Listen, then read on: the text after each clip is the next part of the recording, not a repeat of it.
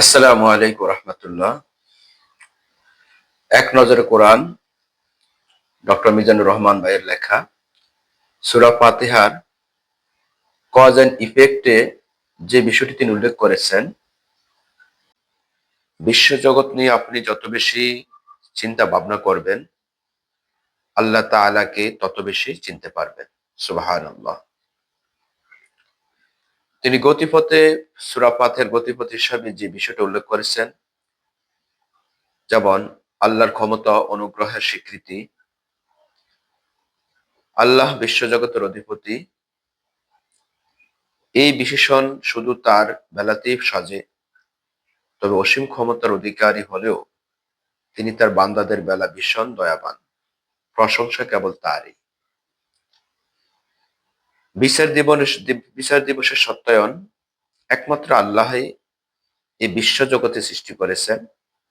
তিনি তার বান্দাদের আলো বাতাস পানি যুগিয়ে যাচ্ছেন, আর তিনি কিয়ামতের দিন বান্দার সকল কাজের হিসেব বুঝে নেবেন। ৪ নম্বর উল্লেখ করেছেন, ৩ নম্বর উল্লেখ করেছেন, দাসত্বের ঘোষণা সাহায্য প্রার্থনা।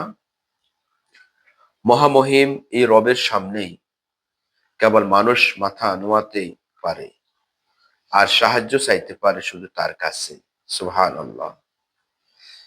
৪ নম্বর তিনি গতিপথ হিসাবে উল্লেখ করেছেন, সঠিক পথের দিশা। তার কাছে সাহায্য চাইতে হবে, তিনি যেন আমাদেরকে সঠিক পথের দিশা দেন।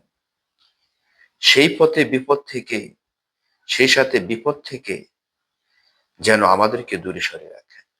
আলহামদুলিল্লাহ, আল্লাহ তাআলা আমাদেরকে সঠিক পথের দিশা দান করুন।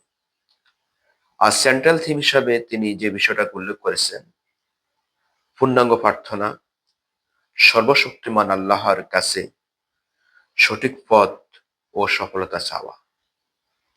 আল্লাহ তাআলা আমাদেরকে বোঝার তৌফিক দান করুন। আমিন। আসসালামু আলাইকুম।